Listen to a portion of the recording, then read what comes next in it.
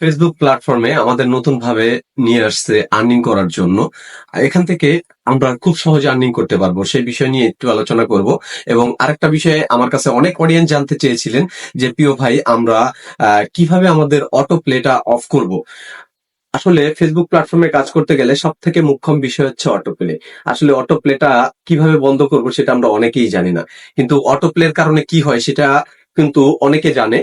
Auto play হওয়ার কারণে হচ্ছে আপনার আইডির এবং আপনার পেজের ভিডিওগুলা কখনো বেশি ভিউ হয় না, কারণ ফেসবুক বলেছে যে আপনারা কখনো আপনাদের নিজেদের ভিডিও কখনো প্লে করবেন না। সেই বিষয়টা নিয়ে আজকে আপনাদের ভিতরে একটু আলোচনা করব এবং দেখিয়ে দিব যে কিভাবে আপনারা আপনাদের অটো প্লে মুডটা অফ করবেন। তার জন্য আপনি সর্বপ্রথম চলে যাবেন ফেসবুকের অফিসিয়াল পেজে। ফেসবুকের অফিসিয়াল পেজে চলে যাবেন, সেখান থেকে আপনি চলে যাবেন আপনার ডান দিকে থাকা যে থ্রি লাইন আছে, সেই থ্রি লাইনে ক্লিক করার পর যে ইন্টারফেসটা আপনার সামনে আসবে সেখানে উপরে দেখবেন একটা সেটিং চিহ্ন আছে, সেই সেটিং চিহ্নতে ঢুকে যাবেন। সেখান থেকে সেটিং চিহ্ন ক্লিক করার পর আপনার সামনে একটা ইন্টারফেস আসবে, সেই ইন্টারফেস থেকে আপনি একটু নিচের দিকে স্ক্রল করে দেখবেন সেখানে আছে মিডিয়া নামক একটা অপশন। সেই মিডিয়ার ভিতরে ক্লিক করবেন। সেই মিডিয়ার ভিতরে ক্লিক করার পর দেখবেন এখানে অনেকগুলো অপশন আছে, অপটিমাইজ, তারপর হচ্ছে ডাটা সেভার, তারপর আছে হচ্ছে অটো প্লে। এই অটো প্লেতে দেখবেন তিনটা অপশন আছে, সেই তিনটা অপশনের ভিতরে একটা অপশন হচ্ছে on mobile data and wifi, আপনি শুধু মোবাইল ডাটা এবং ওয়াইফাই দিয়ে ফেসবুক চালাতে চাচ্ছেন। আরেকটা আছে অনলি ওয়াইফাই, আপনি শুধু ওয়াইফাই থেকে যদি আপনি ভিডিওটা সামনে যান তখন প্লে হয়ে যাবে, ঠিক আছে। আর প্রথম যে অপশনটা ছিল সেই অপশনে ছিল আপনার মোবাইল এন্ড ওয়াইফাই, মানে মোবাইল থেকে এবং ওয়াইফাই থেকে, আপনার ডাটা কানেকশন এবং ওয়াইফাই থেকে যেটা থেকে আপনি ভিডিওর সামনে যান ভিডিওটা প্লে হয়ে যাবে।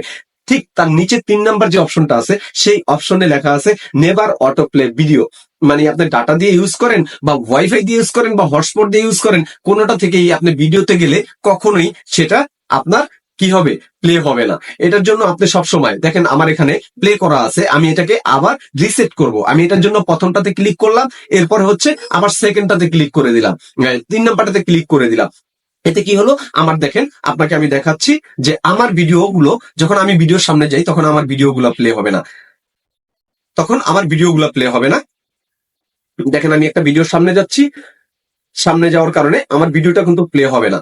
দেখেন এখানে ডিরেক্ট হচ্ছে ভিডিওতে যাবেন, তাহলে আপনি বুঝতে পারবেন। এই যে দেখেন একটা ভিডিও আসছে আমার এখানে এমডি হেলাল খান আইডি থেকে, ঠিক আছে। এখানে ভিডিওটা কিন্তু প্লে হয় না, তার মানে কি এই ভিডিওটা প্লে হবে না যতক্ষণ পর্যন্ত আমি এই ভিডিওতে ক্লিক না করব। ঠিক সেম একই রকম আপনি যখন ক্লিক করবেন তখন ভিডিওটা প্লে হবে, যখন ক্লিক করবেন না তখন ভিডিওটা প্লে হবে না। ক্লিক বাইট, আমরা কেন বলি এই কথাটা, ক্লিক বাইট করলে হচ্ছে আমাদের রিচ এঙ্গেজমেন্ট কমে যাবে। এখন আমি তো এই ভিডিওটা প্লে করি নাই, আমি এই ভিডিওটা ইচ্ছা করলে না দেখে উপরে স্ক্রল করতে পারবো, তাতে আমার পেজের বা আইডির কোনো সমস্যা হবে না। ঠিক তাই এরকম আপনি অটো নেভার প্লে মোডটা চালু করে রাখবেন, তাহলে আপনার ভিডিওগুলা কখনোই অটো প্লে হবে না। আর অটো প্লে যখন না হবে তখন আপনি ফেসবুকে স্বাচ্ছন্দ্যে কাজ করতে পারবেন আর এই ফেসবুক থেকে আর্নিং করতে পারবেন। কথাটা মনে রাখবেন। সবাইকে অসংখ্য ধন্যবাদ।